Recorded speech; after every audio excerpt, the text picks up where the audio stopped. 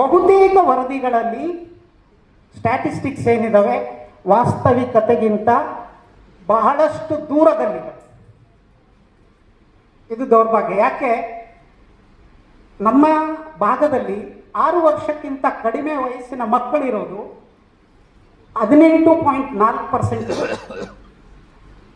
ಇಡೀ ಇಂಡಿಯಾದಲ್ಲಿ ಹೈಯೆಸ್ಟ್ ಎಲ್ಲಾದರೂ ಇದ್ದರೆ ಅದು 14.3.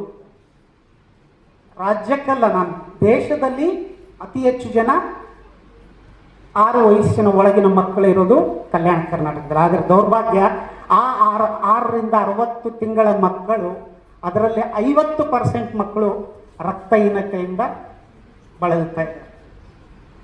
ಸೊ ಇದೇನಾಗ್ತದೆ, ಸ್ಕೂಲ್ಗಳಲ್ಲಿ ಯಾರು ಅನಿಮಿಕ್ ಇರ್ತಾರೆ, ಆರೋಗ್ಯದಿಂದ ಸರಿ ಇರಲ್ವೋ, ಅವರ ಕಲಿಕೆ, ಏಕಾಗ್ರತೆ, ಇವಕ್ಕೆಲ್ಲ ತುಂಬ ಸಮಸ್ಯೆ.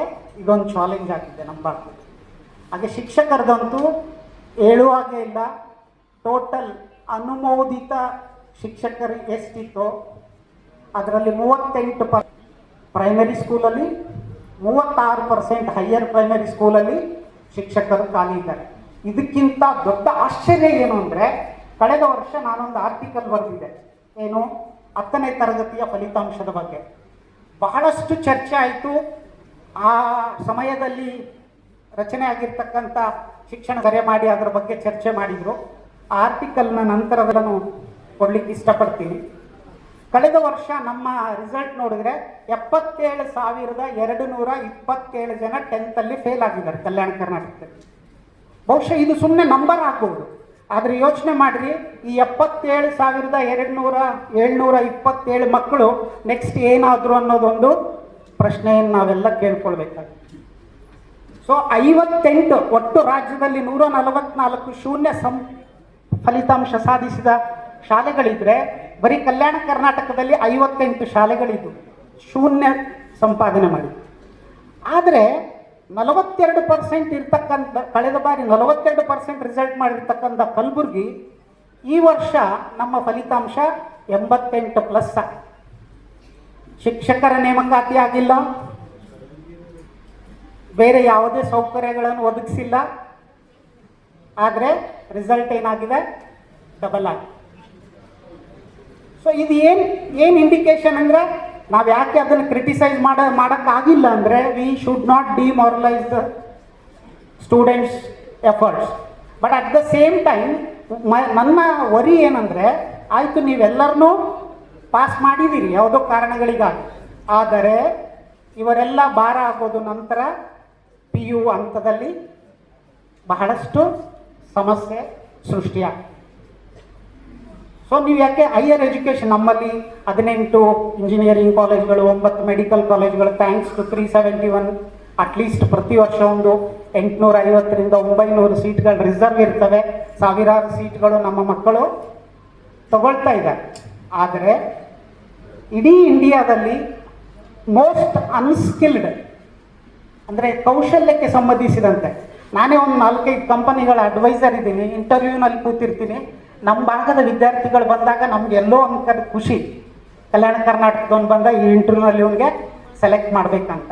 ಕಳೆದ 10 ವರ್ಷಗಳಲ್ಲಿ ನಾನು ಎಷ್ಟು ವಿದ್ಯಾರ್ಥಿಗಳನ್ನು ನೋಡಿದ್ದೀನೋ, ಅವ್ರ ಹತ್ರ ಬಹುತೇಕ ಸಮಸ್ಯೆಗಳಿರೋದು ಪ್ರೆಸೆಂಟೇಷನ್ ಮತ್ತು ಸಾಫ್ಟ್ ಸ್ಕಿಲ್ಸ್. ಅಂದರೆ ಈ ಸ್ಕಿಲ್ ಓರಿಯೆಂಟೆಡ್ ಎಜುಕೇಷನ್ ಸಿಸ್ಟಮ್ ನಮ್ಮಲ್ಲಿ ಇಂಪ್ಲಿಮೆಂಟ್ ಆಗಿಲ್ಲ. ಹಾಗಂತ ಸ್ಕೀಮ್ಸ್ ಇಲ್ವಾ ಅಂದರೆ, ಬಹುತೇಕ ನಮ್ಮ ಭಾಗದ ಸಚಿವರೇ ಕೌಶಲ್ಯಾಭಿವೃದ್ಧಿಯ ಇನ್ಚಾರ್ಜ್ ಇದ್ದಾರೆ, ಡಾಕ್ಟರ್ ಶರಣ್ ಪ್ರಕಾಶ್ ಪಾಟೀಲ್ ಅವರು. ಮತ್ತು ಮೊನ್ನೆ ತಾನೇ ಕ್ಯಾಂಪಸ್ ಟು ಕರಿಯರ್ ಅಂತೇಳಿ ವಿಶ್ವಸಂಸ್ಥೆಯಿಂದ 3,800 ಕೋಟಿ ಅಷ್ಟು ಅನುದಾನ, ಅಷ್ಟು ಫಂಡ್ ಬಂದು ಸ್ಕೀಮ್ ಲಾಂಚ್ ಆಗಿದೆ. ಸೊ ಇಲ್ಲಿ ಈ ಸ್ಕಿಲ್ಸ್ ಅನ್ನೋದು ಬಹಳಷ್ಟು. ಯಾಕೆ ನೋಡಿ, 5ನೇ ತರಗತಿಯಿಂದ 8ನೇ ತರಗತಿಯ ಮಕ್ಕಳಿಗೆ ಈ ಗುರುಗಳು ಹೇಳ್ತಾ ಇದ್ರು, 43% ಮಕ್ಕಳು ಭಾಗಾಕಾರ ಮತ್ತು ಗುಣಾಕಾರಗಳನ್ನು ಮಾಡಲಿಕ್ಕೆ ಬರಲ್ಲ ನಮ್ಮ ಭಾಗದಲ್ಲಿ. ಇದಕ್ಕಿಂತ ದೌರ್ಭಾಗ್ಯ ಏನು ಅಂದರೆ, 25% ಮಕ್ಕಳು 2ನೇ ತರಗತಿಯ ಪಠ್ಯ ಪುಸ್ತಕಗಳನ್ನು ಓದಲಿಕ್ಕೆ ಬರ್ತಾ ಇಲ್ಲ. ಇದು ನಾವು ಬಹಳಷ್ಟು ಆಘಾತಕಾರಿ ಅಂಶ. ಸೊ ನಾವು ಇಲ್ಲಿ ಯಾವಾಗಲೂ ನಾನು ಹೇಳ್ತಾ ಇರ್ತೀನಿ, ಇಡೀ ದೇಶ ಬೇರೆ, ಇಡೀ ರಾಜ್ಯ ಬೇರೆ, ಕಲ್ಯಾಣ ಕರ್ನಾಟಕ ಬೇರೆ. ವಿಶೇಷವಾಗಿ ಕಲ್ಯಾಣ ಕರ್ನಾಟಕ ಅಂತ ತಗೊಂಡಾಗ ಪ್ರತಿಯೊಂದು ತಾಲೂಕಿಗೂ ಒಂದು ವಿಭಿನ್ನತೆ ಇಲ್ಲಿದೆ. ನಾವು ಪ್ರತಿ ತಾಲೂಕನ್ನು ಘಟಕವನ್ನಾಗಿ ತಗೊಂಡು ಪ್ಲ್ಯಾನ್ಸ್ಗಳನ್ನು ಮಾಡುವಂಥ ಒಂದು ವ್ಯವಸ್ಥೆ ಆಗಬೇಕಾಗಿದೆ. ಐ ಹೋಪ್ ಮಧ್ಯಾಹ್ನದ ಸೆಷನ್ನಲ್ಲಿ ಏನೊಂದು ಸಮಿತಿ ಆಗುತ್ತೆ, ಆ ಸಮಿತಿಯ ಮೂಲಕ ಇಲ್ಲಿ ನೆರೆದಿರುವ ಎಲ್ಲ ಹಿರಿಯರ ಹಾಗೂ ಕಲ್ಯಾಣ ಕರ್ನಾಟಕದ ಪ್ರಜ್ಞಾವಂತರ ಸಹಕಾರದಿಂದ ನಾವು ಆ ದಿಟ್ಟಿನಲ್ಲಿ ನಾವು ಮುನ್ನಡಿತೀವಿ ಅಂತ ನಾನು ಅಂದ್ಕೊಂಡಿದ್ದೀನಿ. ಇದರ ಜೊತೆಗೆ ಇಲ್ಲಿ ನಮ್ಮಲ್ಲಿ ಯಾವುದು ಮೇಲುಸ್ತುವಾರಿ ಸಮಿತಿಗಳಿಲ್ಲ. ನಮ್ಮಲ್ಲಿ ಯಾವುದೇ ಸ್ಕೀಮ್ಸ್ ಇದ್ದರೂ, ರಜಾಕ್ ಅವರಿದ್ದಾರೆ, ಸಾಕಷ್ಟು ಸಾರಿ ಚರ್ಚೆ ಮಾಡ್ತಾ ಇರ್ತೀವಿ. ಗುಜರಾತ್ ಬೇರೆ ಬೇರೆ ಭಾಗದ NGOಗಳು ಇಲ್ಲಿ ಶಿಕ್ಷಣದಲ್ಲಿ ಕೆಲಸ ಮಾಡ್ತೀವಿ. ಉದಾಹರಣೆಗೆ ಪ್ರಥಮ್ ಅಂತ NGO ಇದೆ, ಬೇರೆ ಬೇರೆ NGOಗಳು ಕೆಲಸ ಮಾಡ್ತಿದ್ದಾವೆ. ನಾನು ಒಂದು NGO ನಡೆಸ್ತೀನಿ. ನಾನು ಈ ತನಕ 3 ರಾಜ್ಯಗಳಲ್ಲಿ 6 ಲಕ್ಷ ಜನಕ್ಕೆ ತರಬೇತಿ ಕೊಟ್ಟಿದ್ದೀನಿ, 6 ಲಕ್ಷ. ಆದರೆ ಈ ಭಾಗದ ಇಲ್ಲಿನ NGOಗಳ ಸ್ಟ್ಯಾಟಿಸ್ಟಿಕ್ಸ್ ಡಾಟಾಸ್ ನಾನೆಲ್ಲ ಕೊಡ್ತೀನಿ. ಅವ್ರು ಮಾಡಿರುವ ಕೆಲಸ ನೋಡಿದರೆ ನಾವೆಲ್ಲ ನಾಚಿಕೆಯಿಂದ ತಲೆ ತಗ್ಸ್ಕೊಳ್ಬೇಕು. ಇಷ್ಟಾದರೂ ಸುಮ್ಮನೆ ಕುಂತಿದ್ದೀವಲ್ಲ, ಬಹುಶಃ ನಮಗಿಂತ ಕೋಲ್ಡ್ ಬ್ಲಡೆಡ್ ಪೀಪಲ್ ಎಲ್ಲೂ ಸಿಗಲ್ಲ ಅಂತ ಅನಿಸ್ತು. ಯಾಕೆ ಸಾವಿರಾರು ಕೋಟಿಯನ್ನು ಹಾಗೆ ಇದು ಮಾಡ್ತಾ ಇದ್ದಾರೆ. ನಾನು ಯಾವಾಗಲೂ ಹೇಳೋದಿಷ್ಟೇ, ಏನೇ ನೀವು ವರದಿಗಳನ್ನು ಸಮಿತಿಗಳನ್ನು ರಚನೆ ಮಾಡ್ತಿರೋ, ಇಲ್ಲಿರುವ ಸ್ಥಳೀಯರನ್ನು ಅದರಲ್ಲಿ ಹಾಕ್ಕೊಳ್ಬೇಕು. ಒಂದು ಜಿಲ್ಲಾವಾರು ಮತ್ತು ತಾಲೂಕವಾರು ಅಲ್ಲಿ ಪ್ರಾತಿನಿಧ್ಯ ಇರುವಂಗೆ ನೋಡ್ಕೊಳ್ಬೇಕಾಗಿದೆ. ಉದಾಹರಣೆಗೆ BO ಆಫೀಸ್ಗಳಿದ್ದಾವೆ. ಇದು ಒಂದು ಇಂಡಿಯಾದಲ್ಲೇ ಭಾರಿ ವಿಶಿಷ್ಟ ಒಂದು ಸ್ಟ್ಯಾಟಿಸ್ಟಿಕ್ ಅನ್ನು ನಾವು ನೋಡ್ಬೋದು. ಇಡೀ ಇಂಡಿಯಾದಲ್ಲಿ ಹೈಯೆಸ್ಟ್ ಸ್ಕೂಲ್ಸ್ಗಳನ್ನು, ಅಂದರೆ ಒಂದು ಬ್ಲಾಕ್ ಎಷ್ಟು ಸ್ಕೂಲ್ಗಳನ್ನು ನೋಡ್ಕೊಳ್ಬೇಕು, 8847 ಸರ್ಕಾರಿ ಶಾಲೆಗಳು ಮತ್ತು ಉಳಿದ ಅನುದಾನಿತ ಮತ್ತು ಅನುದಾನ ರಹಿತ ಶಾಲೆಗಳು ಸೇರಿದಂಗೆ ಒಂದೊಂದು ಬ್ಲಾಕ್ಗೆ 426 ಶಾಲೆಗಳು ಬರ್ತವೆ. ಯೋಚನೆ ಮಾಡಿ, ಯಾಕೆ ಶೈಕ್ಷಣಿಕ ಅಭಿವೃದ್ಧಿ ಆಗ್ತಿಲ್ಲ? ಅವ್ರ ಮೇಲೆ ನೋಡ್ಕೊಳ್ಳುವಂಥ ಒಂದು ವ್ಯವಸ್ಥೆ ಇದೆ, BOS ಆಗಿರ್ಬೋದು, ಬೇರೆ ಬೇರೆ ವ್ಯವಸ್ಥೆ. ಆದರೆ ಒಂದು ಬ್ಲಾಕ್ ಎಜುಕೇಷನ್ ಆಫೀಸ್ನ ಅಡಿ 426 ಶಾಲೆಗಳು ಬರ್ತವೆ. ಅವ್ರು ರಜಾ ದಿನಗಳನ್ನು ಸಹ ಕೆಲಸ ಮಾಡಿದ್ರು, ಇಡೀ ವರ್ಷ ದುಡಿದ್ರು, ದಿನಕ್ಕೆ ಒಂದು ಶಾಲೆಯನ್ನು ವಿಸಿಟ್ ಮಾಡೋಕ್ಕಾಗಲ್ಲ. ಹೀಗಾಗಿ ಅವರು ಪೂರ್ಣ ಬಿಟ್ಟಿದ್ದಾರೆ. ಸೊ ಇದು ಇಲ್ಲಿನ ದೌರ್ಭಾಗ್ಯ.